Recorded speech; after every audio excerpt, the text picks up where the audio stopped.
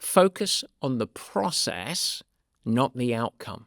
Yes, indeed. A purple patch saying, process, not outcome. We always talk about this. One of the biggest mistakes that I see athletes making is obsessing on the results. A time, a place, a qualification.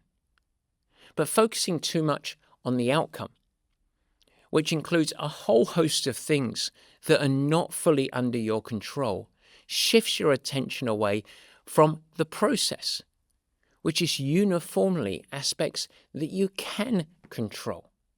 And when you control something, it's pressure relieving. It gives you confidence.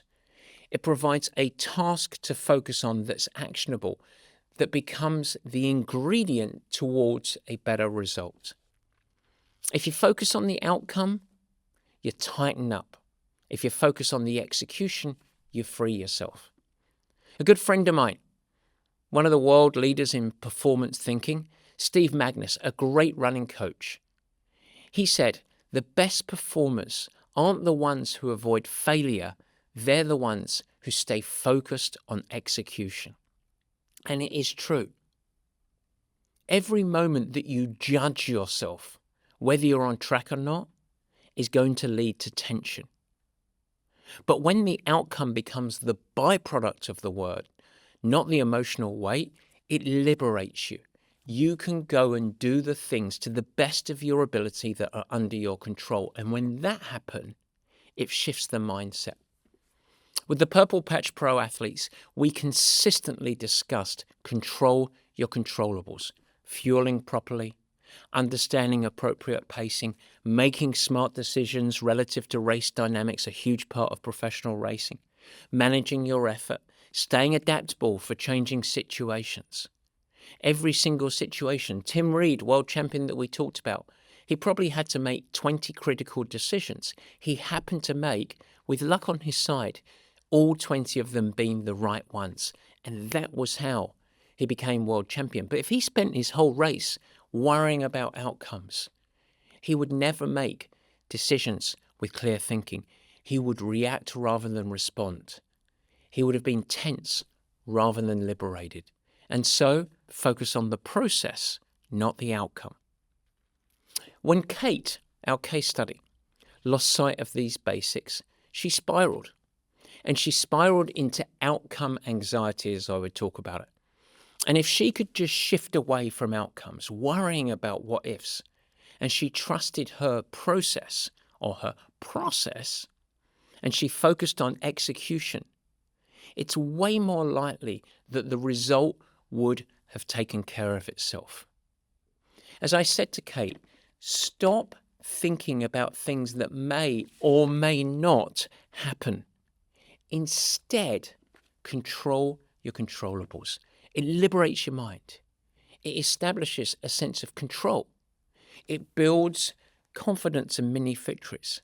And you start to establish a sense of autonomy on the path that you head down. And that is empowering. It is also performance inducing. Principle number 3, stress as fuel. Athletes often mistake pre-race nerves or self-doubt as signs they're not ready. Here's the truth. Doubt doesn't mean failure. As I talked about before, it means you care. Tension before a big performance is absolutely normal. It means you're switched on, the body is priming, is getting ready for competition, and the key to use that as fuel is not resisting it. Instead, it's channeling it into effort, into focus. Back to my mate Steve Magnus, he's a great one for this. He frames it. He said, instead of fearing nerves, welcome them. Treat them like an old friend. And I think that's a beautiful way of thinking about it. It's a little bit like pain. We always talk about building a positive relationship with pain. Build a positive relationship with stress. It doesn't mean that it's comfortable. It doesn't mean that it's the emotion that you would choose to have. But it is a part of the equation. If you're nervous before the race, you're engaged. If you're having doubts, it means you're stepping into the challenge. If you're worried about outcomes, it means that you're moving into a new frontier. You're doing stuff that you probably haven't done before.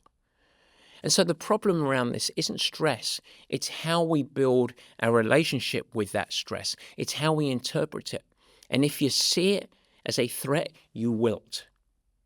But if you see it as activation, we rise. This is across all aspects of life. And guess what? It's backed by science. I invite you to go back. Some of the several studies that have been done by performance Stanford scientist Dr. Aaliyah Crum. Perspective and mindset matters. And guess what? Approaching stress as a positive, through a positive lens, has huge implications for performance enhancement. And this runs not through adults, but all the way through children and adults. So next time you feel stress, say to yourself, this isn't fear, it's energy. I need to use this energy. And if you're thinking about it, another hot tip from me as a coach, some of the highest performers, most successful professional athletes that I ever worked with were riddled with pre-race nerves, fear, anxiety, and doubt. It's not weakness, it's how you respond to it. And so smash the myth. If you think right now that you look at a Jan Frodeno, a Lucy Charles Barkley, a Chelsea Sodaro, a Tim Reed that we talk about, and you think they've got it all worked out, they just must feel really confident. They're not. They're riddled with the same emotions, but they have built a toolkit to respond to those emotions and leverage them. High performers across all aspects of life build a positive relationship with stress, and you can too, because that is not a genetic or innate mindset trait or character trait. It is something like any tool or skill that needs to be developed and honed. And so repeated exposure out of your comfort zone is a good thing. And that leads us quite nicely into principle number 4. Build your exposure tolerance. You train your body, and you train your body to handle an input of stress. How often do you train your mind? One of the most powerful ways to navigate fear and self-doubt is through, effectively, exposure therapy. Small, controlled experiences that are uncomfortable, that build resilience over time. I'll never forget a good friend of mine, Jerry Rodriguez, one of the leading open water swim coaches in the world, has a wonderful program, Tower 26, down in Southern California. And he used to welcome every Wednesday, I think it's more frequently than now, but every Wednesday he used to welcome 100+ athletes down to an open water swim on the shores of Santa Monica. And sometimes there would be big surf. And I would go down there and I would stand at water's edge with Jerry, and I would think, there are some scared looking faces. People in their wetsuits, terrified. But you know what happened over the course of the season? Each of those swimmers, some of them only able to get up to their waist on the first time that they would go down, some of them doing little loops, some of them building confidence and going longer. By the end of the season, all of them doing multiple ins and outs through the surf, circuits of 6, 7, 8 minutes, swimming very, very hard, learning group dynamics. And yes, there was some conditioning. It never got comfortable, but you know what they all developed? Familiarity. They had repeated weekly exposure to something that many of them found distinctly uncomfortable. But just like the body, the mind adapts. And with familiarity, they got used to it. If you don't have to go down to Southern California, but if you're a triathlete and you've done your first open water swim of the season, it might feel overwhelming. But by race day, if you train that, it feels like second nature. It lowers the stress hormones, you have control, you can focus on your swim stroke, your pacing, and all of the elements that go into a better performance. How about the first time that you race in really nasty conditions? Maybe pouring rain, wind, heat. It can feel brutal And there is a physiological aspect to many of those components. But when you start to training it, your body adapts. But guess what? So does your mind. You become familiar. You become more adept at navigating those because it is mental stress as well. And when you expose yourself to it and that discomfort, you become more familiar and your performance level goes up. And so therefore, it doesn't have power over you. You are empowered to navigate it. I love to focus on this intentionally. And it's not about replicating a race simulation or navigating through a huge speech in front of people, but small moments of adversity where you're exposing yourself to discomfort, not for punishment, but to start to build a toolkit of responses when things get tough. The good thing about this is these traits are transferable to anything in life. So get uncomfortable in any area. Stand up and make a speech. It's going to help you from a character trait standpoint when you're getting uncomfortable in racing. Get uncomfortable in racing. It's going to help you when you have to stand up and dance in front of a group at your wedding. The mindset is the mindset. So some of the ways to train your mind for resilience. Practice race day conditions in training if you're an athlete. Wind, tough terrain. Do hard things daily across all aspects of life. Get used to facing discomfort and knocking it down. Build mini victories. And when you have sessions or exercises that you really don't like doing, like for me in strength, pull-ups, I freaking hate pull-ups. I've got big long arms, big levers. I'm not built for that. I shouldn't shy away. I should lean in.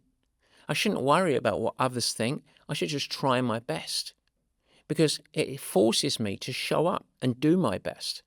And yeah, I might get better at pull-ups, but I'm not allowing my mind to fall back into the comfort zone. I'm exposing it to build resilience and adaptability. And that leads us to principle number 5. Separate your thought and your emotions from your identity. I think one of the most dangerous mental traps an athlete can fall into is believing that their thoughts are actually true. I'm going to say that again. One of the most dangerous mental traps that I see athletes fall into is that they believe that their thoughts are actually truth. Now, many of us assume that because a negative thought enters our brain, it means that it's telling us something about ourselves. I'll give you an example. I don't feel strong today. I feel weak. That must mean I'm not fit. Oh my God, I'm doubting myself. That must mean I'm not ready. I feel nervous and anxious. That must mean that I'm going to fail. And I tell you what, I've had those emotions. I bet you've had those emotions too.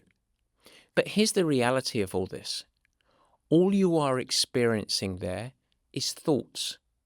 And do you know what thoughts are? They're just thoughts.